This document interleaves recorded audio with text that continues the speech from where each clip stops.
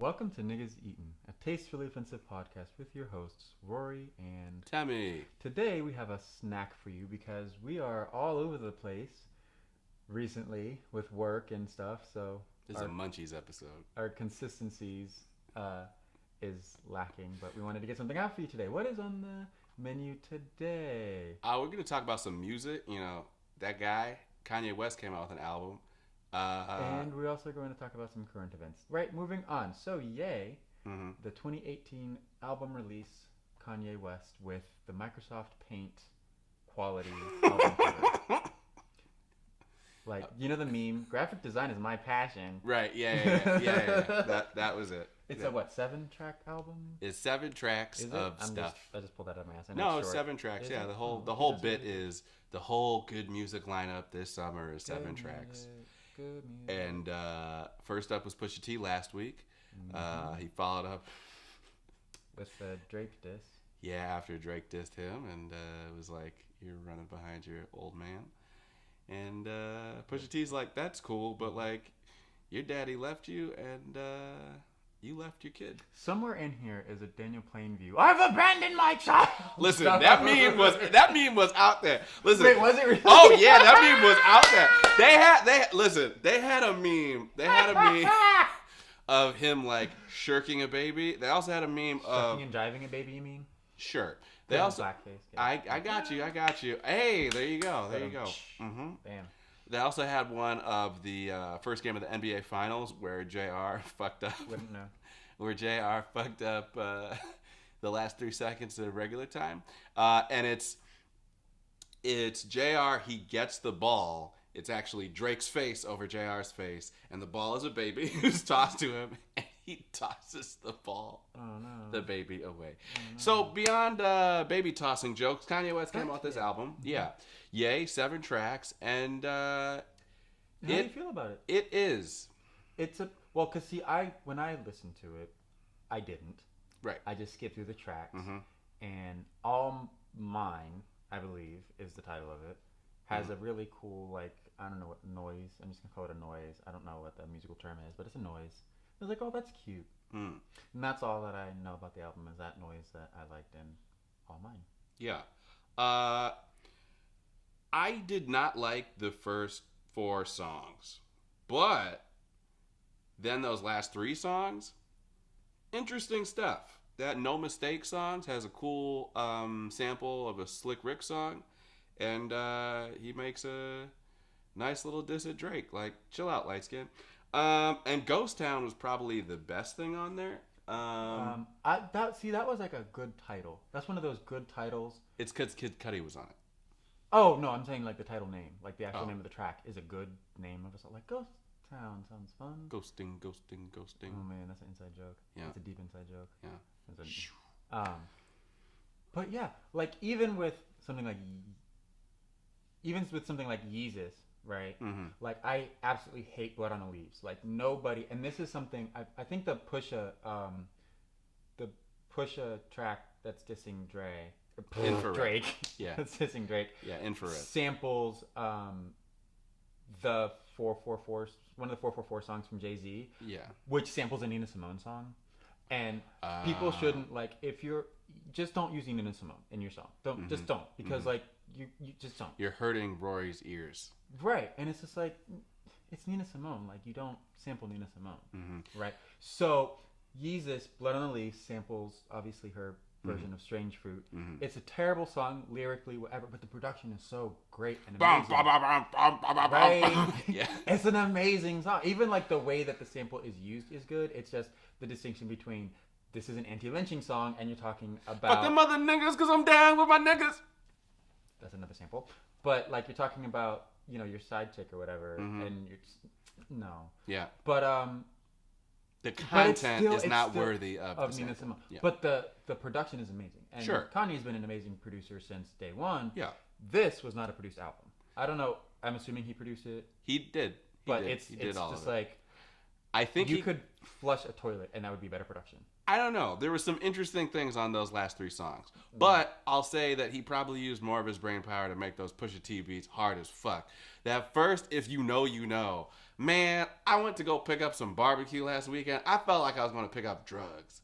It was beautiful. So, yeah, it happened. People are going to debate it for weeks or whatever. And it's kind of just like this is a waning moment for the relevance of a very popular personality. Yes. And you didn't say artist, you said personality, which is I find interesting. Well, it's true because whatever he did the past 2 months in terms of getting publicity and saying this, pro-Trump this, MAGA this, slavery was a choice that, whether or not he's, poking the eye at media or yanking on the leg or right, or he just truly believes it, it doesn't matter. His tactics clearly worked because people still want to know what it means. When it doesn't mean, in my opinion, it does not mean anything. Right. It's as soulless as Trump loving his wife. And we know what this is? Mm-hmm. Art under capitalism. Great. So that was yay. Yeah. So anyway, next up is Puerto Rico. Remember that place, which is it's a territory of the United States that Trump claimed their president should fix after Hurricane Maria last September. Well, recently this week there was reported by many news outlets like the New York Times, and Washington Post, NBC, CNN, that there's an estimated death toll of 4,000 people were killed due to Hurricane Maria. Now that includes the actual deaths because of the hurricane and the mishandling of the after effects of that. Yes, and mishandling of after effects, including people just not having food, food, shelter, medical care, emergency services. Well, they had that paper towel that his paper towel. Yeah, that's like embarrassing that that's on tape. Yeah. But you can't expect anything less than the absolute least from Donald Trump. Right. Yeah, so people, and I mean Twitter, the internet, was in an uproar that 4,000 people were killed. Ava tweeted about it. Also Sean King, Rory's favorite person in the world, tweeted about it. And essentially what had happened was a branch of Harvard University, their social services school, did a sample study of people affected in Puerto Rico. And essentially they went to about 3,000 homes trying to discover who was killed and for what reasons during and after the hurricane. And they came up with a total, a 95% accurate total between the ranges of about 700 to 8,000 people who were killed during and or after the hurricane from September till, I guess, May or April, whenever the study was published. Now, people are in uproar, but nobody read the fine print, which is the fact that the 4,000 number is the median of that general statistic, right. And it was a sample of the entire island. Now, the reason why this story picked up steam is because FEMA and basically the U.S. government stopped counting the death toll after October. So the official, because the Harvard University report is not the official report. There was many other reports, including some from Princeton, some from professors in Puerto Rico, and other news outlets like the New York Times, which most of them reported between 500 and 1,000 deaths between September and October, and projected that those numbers would hold and keep up if they continued to count.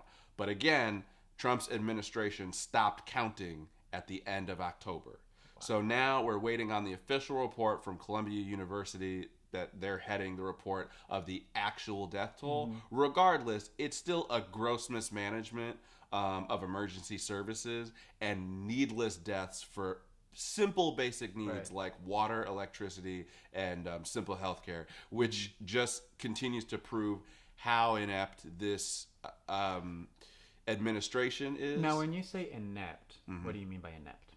Inept. Do you mean like maliciously ignoring the problem, or that they're trying to help and they just are stupid? Sorry. I'm sorry. They're racist pieces of shit who don't care about brown people. I'm sorry. I forgot about that part. You're right. It's not just out of ignorance. Like it's not George W. Bush. We're doing a great job. I don't know. Oh, no. That was malicious as well. Yeah, well. Give no quarter to any U.S. president. Yeah.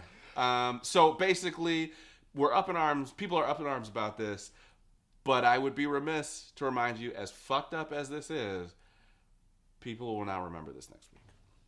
I mean, I think Puerto Rico has been on people's minds because obviously, like in Florida, there's like a fairly decent-sized Puerto Rican population. In New York too.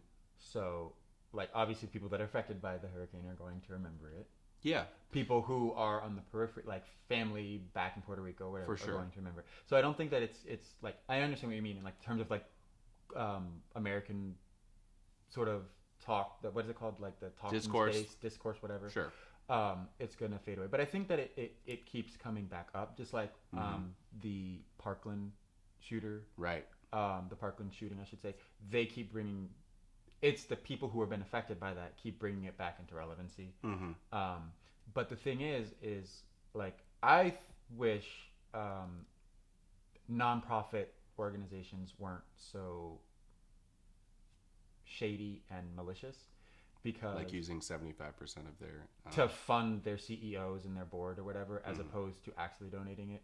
Because I know there's a couple of Puerto Rican, like the Puerto Rican Hurricane Relief Fund or the Save the Children Fund, but those just sound shady to me. You know, Save the Children. It's called It's called. I think the organization's called like Save the Children, and then they have a specific fund for Puerto Rico. I see. But it's like, what I'm concerned about is that like there are people locally in Puerto Rico who have their own funds, but those are like really hard to find sometimes. You know what I mean? Yeah. As opposed to donating to the Red Cross, because everybody knows the Red Cross just is text them and send right, but $15. the Red Cross is a shady bullshit, organization. So it's like even hard to guide people. I want to help, how do we guide them to that? Yeah. And I don't know, because I've tried looking for funds, but it's just it sucks that when you want to try and do something, but you don't trust the method. Right. You know what I mean? Right. Which leads to my general apathy about even trying to do anything, which I am trying to resolve, but it seems like an impossible task. Right, but it's just not that if you really cared, and this is to me too. If I really cared, then I would have done the research to figure out which ones are legit, which ones are not, and then find ways of sending out water or whatever it is, money to the relief fund. Maybe we'll do a follow up. Yeah, so in some way, some type of being more accountable on a personal level. Yeah. I have a story. Great. Let's hear it. I'm assuming. Yeah. Oh, can we transition out of Puerto Rico? Yeah, of course. Okay. So, May 31st, Huffington Post had a interview / profile on a man running for Virginia Congress by the name of Nathan Larson. And Nathan Larson is an admitted white supremacist, an admitted pedophile, and he one runs who an incel board, advocates for incest. And he does not have custody of his 3-year-old daughter, but he has made written stories. He has written about his daughter in disgusting and disturbing ways. And it was interesting that it's interesting because he made the relationship to Trump, that Trump is saying all of these, anti-establishment things. And for the record, I hope our listeners don't need to be told this, but pedophilia is not anti-establishment. No. No, that's just wrong. But how Trump was saying whatever he wanted to say and was exercising his freedom of speech in the true free-thinking tradition of freedom and speech and whatever the fuck bullshit, waxing poetic. Well, my freedom of speech. I'm sorry, I'm just going to cut you off. Yeah. I read this story yesterday, and my freedom of speech was I wanted to vomit and... Oh, I wanted to... Because he's in Virginia, and we're in Maryland. And take a machete and, like, just straight up just cut him up. I'm surprised he hasn't been killed disgusting. yet. I'm really surprised he hasn't been killed yet. But... Trump had made this space for people that can just say whatever the fuck they want, and people are championed for saying whatever they want because the liberal Jewish-owned media and government are going to silence us because Roseanne Barr and all of this Soros and the shit. Clintons and whatever. It's like no. But it's interesting that these are the types of characters that are animated by this, as opposed to communists or people who don't fuck children or want to fuck children or who don't want to have sex with their children. But at the same time, he's not even concerned about winning because I guess he ran for governor. He earlier. ran before. He's not even concerned about winning the election. He is more concerned that his websites were being taken down because he has more influence on the internet than he would actually getting legislation across. And this is something that I think the left underestimates. I mean, we can go on and on about like how disgusting of a human being he is and how I want to find his address and like, you know, stab him and whatever. But in terms of like the meta politics that's going on, I don't even want to call it the left, but like liberals. We'll just say liberals and the Democrats because that is not the left. That's more center in terms of the actual political spectrum. Liberals and the Democrats really believe in the system and that you can change influence happens throughout the system and you can change people's minds through legislation and through empowered speeches by Ruth Bader Ginsburg or whoever the fuck. And Bernie Sanders on the Senate floor or whatever the fuck her name is. Elizabeth Warren, right? Kirsten Gillibrand. Whoever the fuck. Kamala Harris. When the right has been actively organizing for quite a long time, even before Obama during the Bush years, online to peddle influence, and now we're in this moment where the crop is sort of is grown, and now the benefits are being sowed or reaped or whatever the fuck the metaphor is. Which includes all of these extremely unfavorables, but because the right doesn't have scruples, they're like, well, we don't fuck with this person, but as long as they can get us votes, then I don't know. He's running as an independent. He's not running as a Republican. Right. But the right generally, because not all people on the right are Republican. It'd be interesting to see their reaction, and I haven't found their reaction yet. But they supported Roy Moore, especially the Republican Party, but he disavowed his rape of underage girls. His accusers who stepped forward. Right.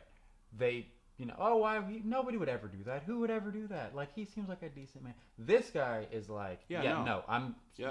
I want to fuck my children. Right. So it's going to be interesting to see, because his politics, like, the Huffington Post really didn't get into his politics all that much. They were just mostly focusing on the fact that he's, he's obviously free speech and like all of the libertarian, like the right libertarian sort of talking points. But so what you're saying is basically, okay, after being shocked and disgusted by this behavior trying to become normalized, it's what is actually happening with people with those shared interests, whatever they are. How are they able to enter into the public discourse? I mean, we're even talking about them, but yes, that's what I'm saying. Yeah. And even as an organizational tool, the left underestimates two things. The left underestimates the internet, I believe. Like, I mean the actual left, not liberals and Democrats. I mean, like commies, anarchists, fellow travelers, whatever. Anti-capitalists. Underestimate how much influence the internet has in terms of galvanizing people. And two, the Second Amendment. Because, again, the right basically can wage war on, like, literal war on the left.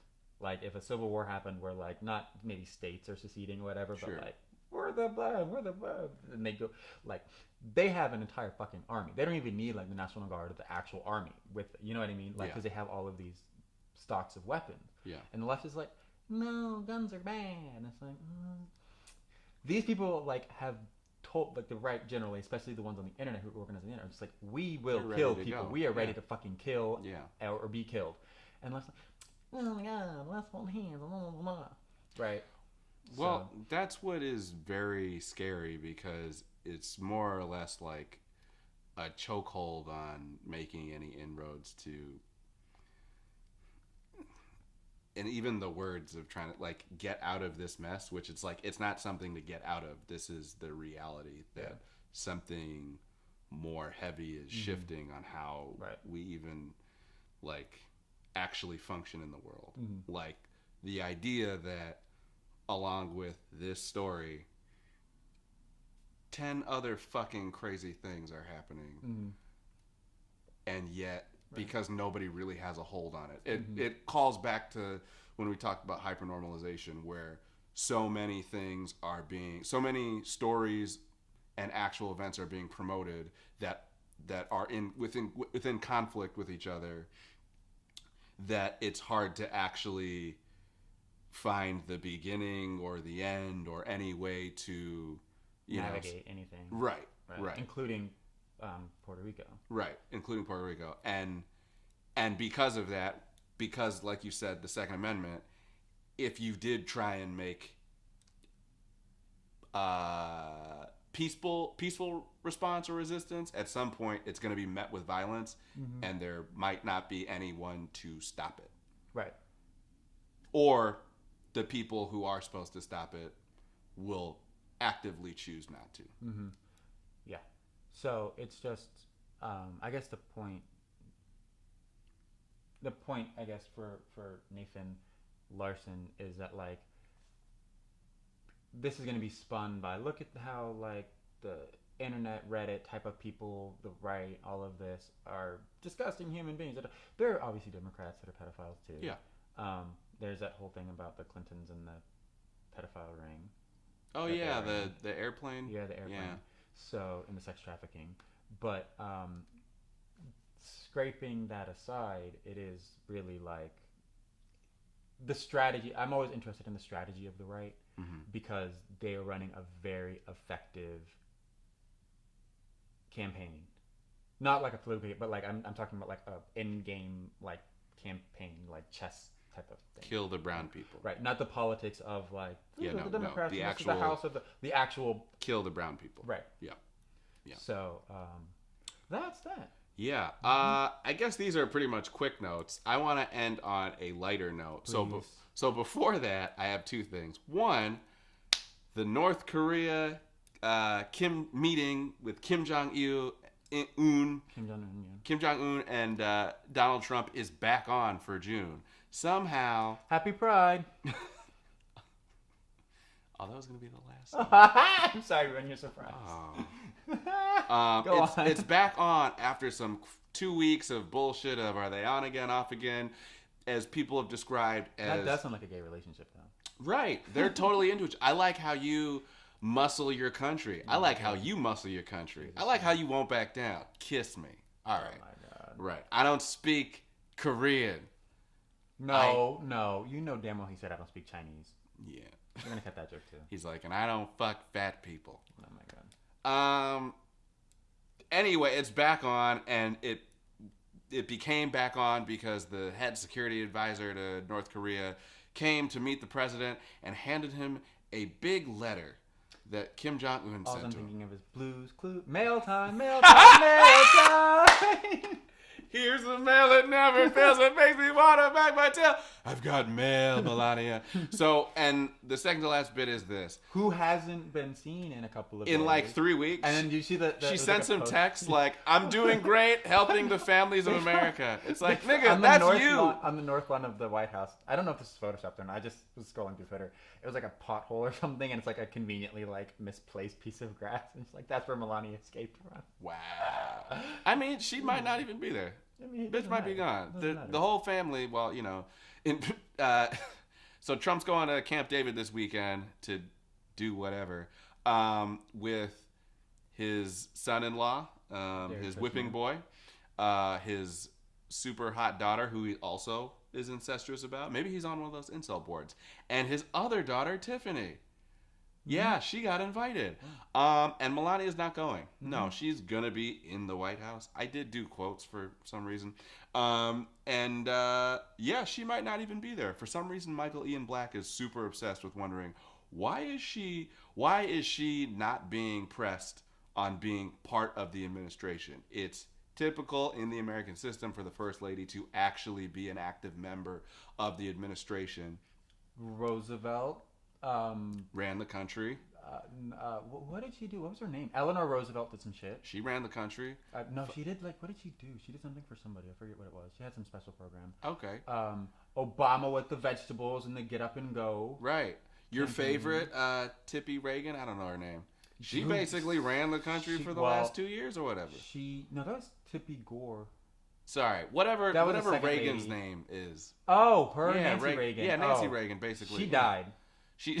That's what she did. She did die. But when, Ronald Reagan was totally out of his shit, she ran the shit. Okay. No, Tippy Gore? It doesn't Whatever. George, I just used Tippy as a thing. That's not No, but I'm saying she did stuff. She did stuff second lady. The parental guidance, because she walked in her daughter. That was her? Yes, because it was Purple Rain. She walked in on her daughter listening to Darling Nikki, and the first lines of Darling Nikki are, I knew a girl named Nikki. I met her in a hotel lobby masturbating in a magazine. And she's like, oh my God. And then so that's why we have parental labels. I mean, of course, rap too, but. Yeah, NWA. Thanks, NWA, Ice Cube. Cited Darling Nikki. Thanks, NWA, Ice Cube, Dre. Fuck the police. Yeah. And last but not least, Happy Pride Month. The gays were born yesterday. It was June 2nd. So you did June 1st, it. Gays were born out of Cupcake, the rapper's vagina, because her birthday was May 31st. Is that how it goes? That's the newest. That's the latest. Okay. Yeah. Thank you. We're going to have to follow up after this. I actually saw Love, Simon today, too, which is, I hope my baby gays like it, but it was a movie that happened that people put money into, but I hope my little high school and middle school gays get their life. More fucking representation. All right. Hey, Representation matters. All right, that was it for the snack. Yeah, well, nice light bite. What kind of snack? This is like an Oreo. You know those little packs of Oreos that you have in like the lunch packet? It was one of them. Like the 5-pack. Shout out to Love, Simon, because Oreos play a major role in Love, Simon. There you go. All right, we'll catch you next time. You can catch us on YouTube at niggas.eatin, and you can catch me on Instagram at itzebra11. And make sure you have the That's very important. You need the And on Twitter at itzebra. Where can we find you at, Rory? On Instagram, you can find me at remblues, and on Twitter, you can find me at rem_blues. Awesome. We'll catch you next time. Peace.